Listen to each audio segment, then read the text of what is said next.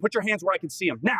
Officer, look at where you are. You need to lower your voice and step away from me. I don't care what you're wearing, you're coming with me! Hand up. I said hand UP. You think you can just stand here in the middle of this building and nobody's gonna say something? Put your hands where I can see them, now! Put your hands where I can see them, now! Officer, look at where you are. Look at what I'm wearing. You need to lower your voice. I don't care what you're wearing, you're coming with me! Officer, Don't move! I understand you're doing your job, but I need you to take a step back. You're in a federal courthouse, and you need to assess the situation Don't before tell me what I need to do. You think that robe gives you authority? I don't care what costume you're wearing, you're coming with me. And ow! You think that robe makes you untouchable? Turn around! You're coming with me! Officer, you just handcuffed a judge. Those 6 words would cost a city $8.5 million. They would end a career. And they would expose a scandal so dark, so deeply buried, that when the truth finally came out, the entire nation would stop and watch. But we're getting ahead of ourselves. 3 minutes.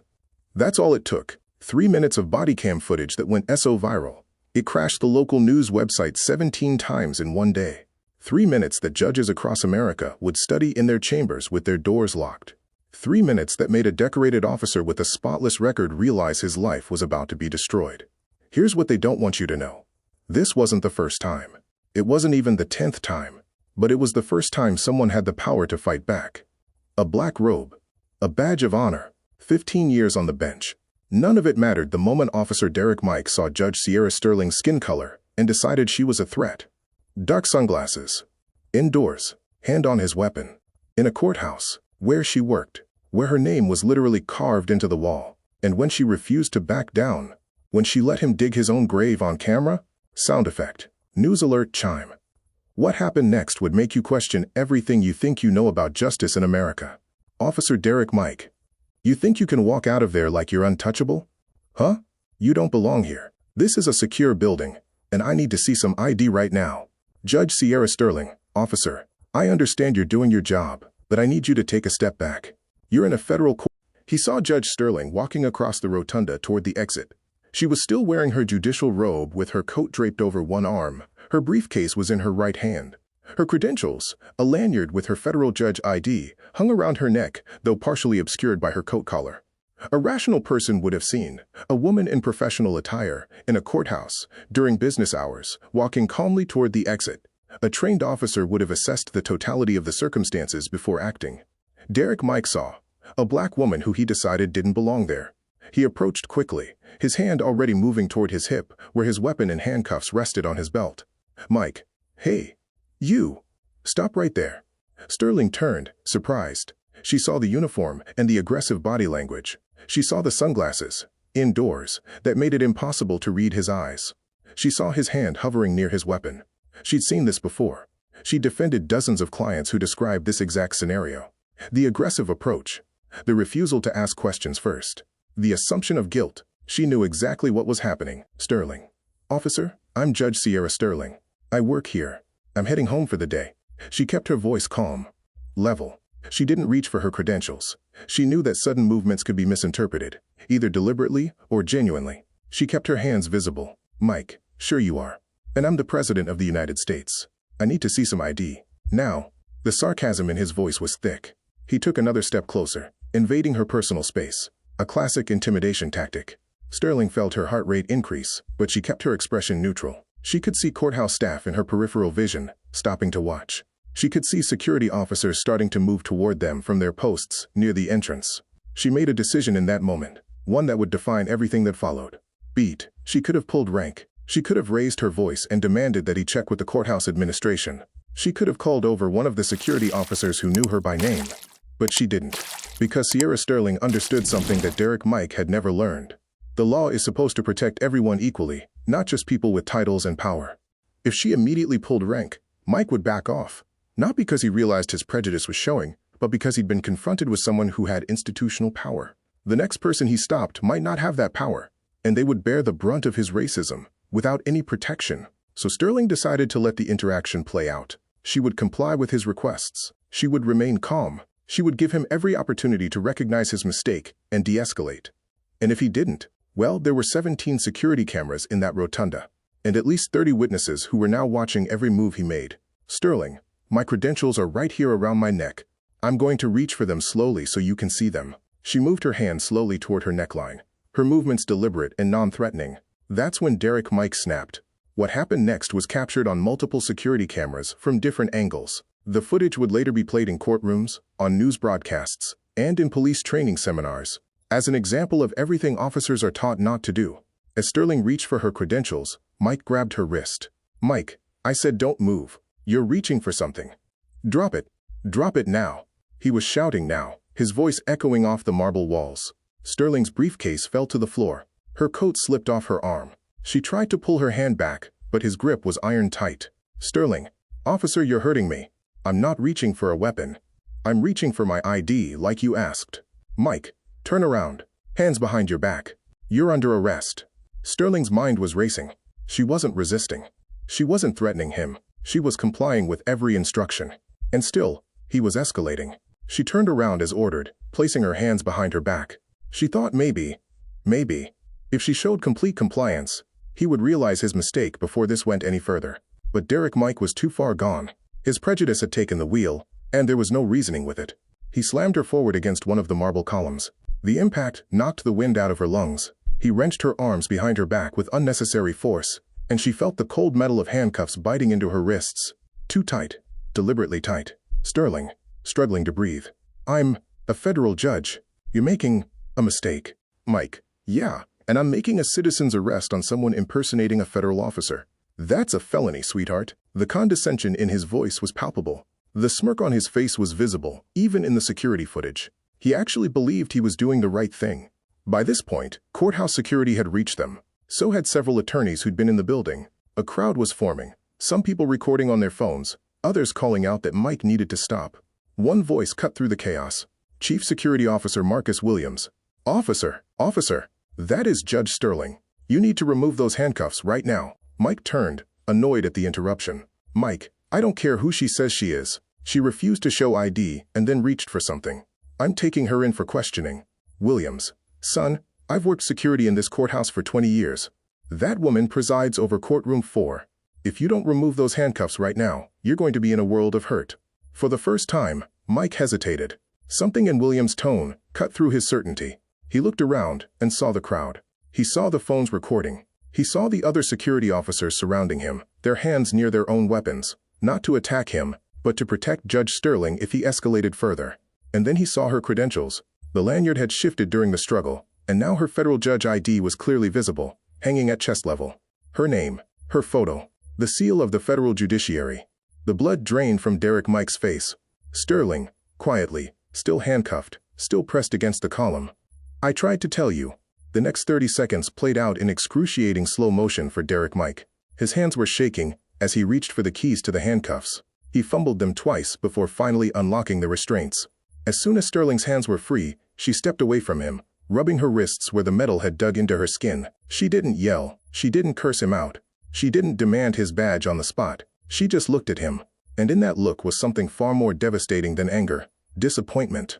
The kind of disappointment you feel when someone reveals exactly who they are, and it's worse than you hoped. "Sterling. Officer Mike, I'm going to give you one opportunity to walk away from this building right now. I suggest you take it." Mike opened his mouth to respond. Maybe to apologize, maybe to make excuses, maybe to try to salvage what was already unsalvageable. But Chief Williams put a hand on his shoulder. "Williams, you need to leave. Now, before this gets worse." Mike left. He walked out of that courthouse, knowing his career was over, but not yet understanding the full scope of what he'd done. Sterling stood in the rotunda, surrounded by concerned colleagues and security officers, asking if she was okay. She assured them she was fine, declined medical attention, and picked up her briefcase from where it had fallen. She went home. She had dinner with her mother. She didn't tell her what had happened. Not yet. She wanted one quiet evening, before the storm hit. Because Sterling knew what came next. She'd been on the other side of cases like this too many times to have any illusions. There would be an investigation. There would be media coverage. There would be people who defended Mike, and people who vilified him. There would be threats. There would be scrutiny. But there would also be justice. Within 24 hours, the video footage had leaked. Within 48 hours, it had gone viral. Within 72 hours, the FBI had opened a civil rights investigation into Derek Mike and, more broadly, into the police department that had employed him for 12 years. What they found was staggering. Mike's body camera footage, when it existed, showed a pattern of aggressive stops targeting Black and Latino residents. But here's the thing. A suspicious number of Mike's encounters didn't have body camera footage at all. His explanation? Equipment malfunction. Over and over again for 12 years, his body camera just happened to malfunction during encounters that later resulted in complaints. Sound effect. Files being slammed down. Investigators pulled every report Mike had filed in his 12-year career. They found 87 arrests, 71 of which involved Black or Latino suspects, 43 use-of-force incidents, 39 of which involved people of color, 28 formal complaints filed against him, 26 from people of color. And here's the kicker. 19 of those arrests were dismissed by judges who found that Mike had conducted illegal searches or had no probable cause. 19 wrongful arrests. 19 people who had their lives upended, lost jobs, lost housing, racked up legal fees, because Derek Mike decided they looked suspicious. The federal investigation expanded to examine the entire police department's practices. They found a culture that protected officers like Mike, that dismissed complaints from communities of color, and that prioritized tough-on-crime statistics over constitutional policing. The Department of Justice issued a scathing report. The police chief resigned. Officers were retrained. Policies were rewritten. But Derek Mike? His fate was sealed the moment he put those handcuffs on Judge Sterling. Mike was charged federally with violating Judge Sterling's civil rights under color of law, 18 U.S.C. Section 242, for those keeping track. He was also charged with assault, false imprisonment, and deprivation of rights. His lawyer tried every defense in the book. Mike was just doing his job. He made an honest mistake. He feared for his safety. Sterling should have identified herself more clearly. None of it worked, because the video footage didn't lie. 17 different camera angles showed exactly what happened. An officer who saw a Black woman and immediately escalated to force without conducting even basic assessment of the situation. Expert witnesses testified about implicit bias, de-escalation protocols, and the constitutional violations inherent in racial profiling. And then Judge Sterling took the stand. She was calm, composed. Devastating. She walked the jury through every moment of that encounter. She explained how she'd deliberately chosen to comply with every order Mike gave, despite knowing she had every right to identify herself immediately. She explained why she'd made that choice. Because she wanted to see how he would treat someone without institutional power. Prosecutor: Your Honor, why didn't you just tell him you were a federal judge? Sterling: Because the Constitution doesn't protect me because I'm a judge. It protects me because I'm a citizen. And if Officer Mike would treat a federal judge this way in the middle of a courthouse, how was he treating ordinary citizens on the street, where there were no cameras and no witnesses? The jury deliberated for less than 3 hours. Guilty on all counts. Mike was sentenced to 5 years in federal prison. He lost his badge. He lost his pension. He lost his freedom. And the city settled Sterling's civil lawsuit for $8.5 million, the largest settlement in state history for police misconduct. Sterling didn't keep the settlement money. She used it to establish the Civil Rights Defense Fund, a nonprofit that provides legal representation to people who can't afford lawyers when they're victims of police misconduct. In the 3 years since the incident, the fund has taken on over 200 cases. They've won or settled 87% of them. They've forced police departments across the state to reform their practices. They've gotten charges dropped, records expunged, and officers held accountable. Derek Mike is currently serving his sentence at a federal correctional institution. By all accounts, he's a model prisoner. Maybe prison has taught him the humility and empathy that 12 years as a police officer failed to instill. Judge Sterling is still on the bench. She still presides over civil rights cases. She still walks through the public entrance of the courthouse, though security now knows her face so well that the question of ID never comes up. And every time she puts on that black robe and takes the bench, she carries with her the memory of those 3 minutes in the rotunda. The memory of what it feels like to be judged by your appearance rather than your character. The memory of what it feels like to be powerless in the face of institutional authority. She uses that memory to ensure that everyone who appears before her bench gets the justice they deserve. Not the justice that's convenient or politically popular or easy, but the justice that the Constitution promises to every single person, regardless of race, regardless of status, regardless of whether they have a title or institutional power to protect them. This story isn't just about one racist cop and one federal judge. It's about a system that allowed Derek Mike to operate with impunity for 12 years. It's about the countless people who suffered at his hands before Judge Sterling's case finally forced accountability.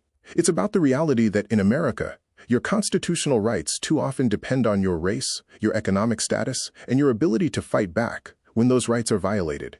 But it's also about the fact that change is possible, that accountability can happen, that people like Sierra Sterling exist, people who refuse to accept injustice even when it's easier to look the other way. So the next time you see a news story about police misconduct, remember this. Behind every viral video, behind every settlement, behind every hashtag, there are real people whose lives were irrevocably changed by someone who let prejudice override their duty to serve and protect. And remember that justice only happens when people like Judge Sterling refuse to stay silent.